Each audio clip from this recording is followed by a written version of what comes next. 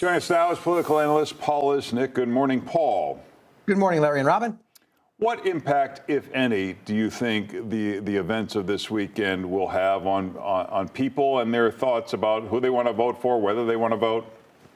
Well, Larry, one thing we do know, which is that Donald Trump himself has said he has basically thrown out his old speech, going to be giving a different speech now. And the theme, he says, is going to be a lot more, or I should say, a lot less rough, perhaps in its intonation. And he's going to be calling for unity. So it sounds like we're going to see a bit of a new Donald Trump. That remains to be seen. But secondly, I think we'll be paying close attention to the kind of tone that develops in the RNC itself. Look, this is the first national week-long event that will set the tone, I believe, for the rest of the election season. So if indeed on each night, remember that coming up in another night or so is Make America Safe Again, let's see what the Republican position is going to be when it comes to Second Amendment, when it comes to any changes with regard to guns and that kind of thing. I think that will set the tone for what's going to happen going forward. Obviously, the Republicans will be mostly in the news cycle this week during the convention, but it'll be interesting to see what happens with this debate about replacing President Biden on the Democratic side. Where do you think that goes after all of this? Well, it doesn't go anywhere this week. You're right about that, Robin. This week is the Republicans' week. Democrats will lay low. It's just something, a courtesy that is done with each convention.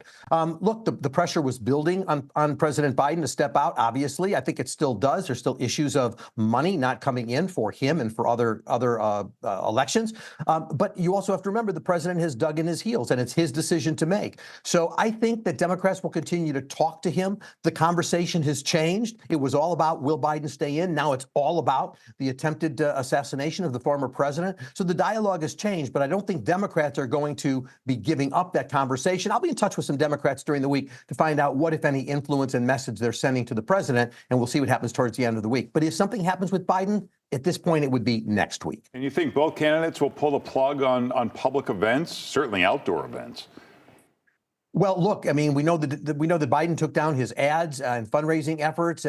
So I think for a while, though, there will be some effect. But you know what? Look, we have short memories, Larry. So within a short amount of time, I believe within a couple of weeks, things will get back to normal in terms of ads, in terms of efforts and all of that. The message may be tweaked, but I think things will get back to normal because, for one thing, campaigns need ads and they need votes. So they'll continue to go for those in the coming weeks, maybe not in the few days ahead.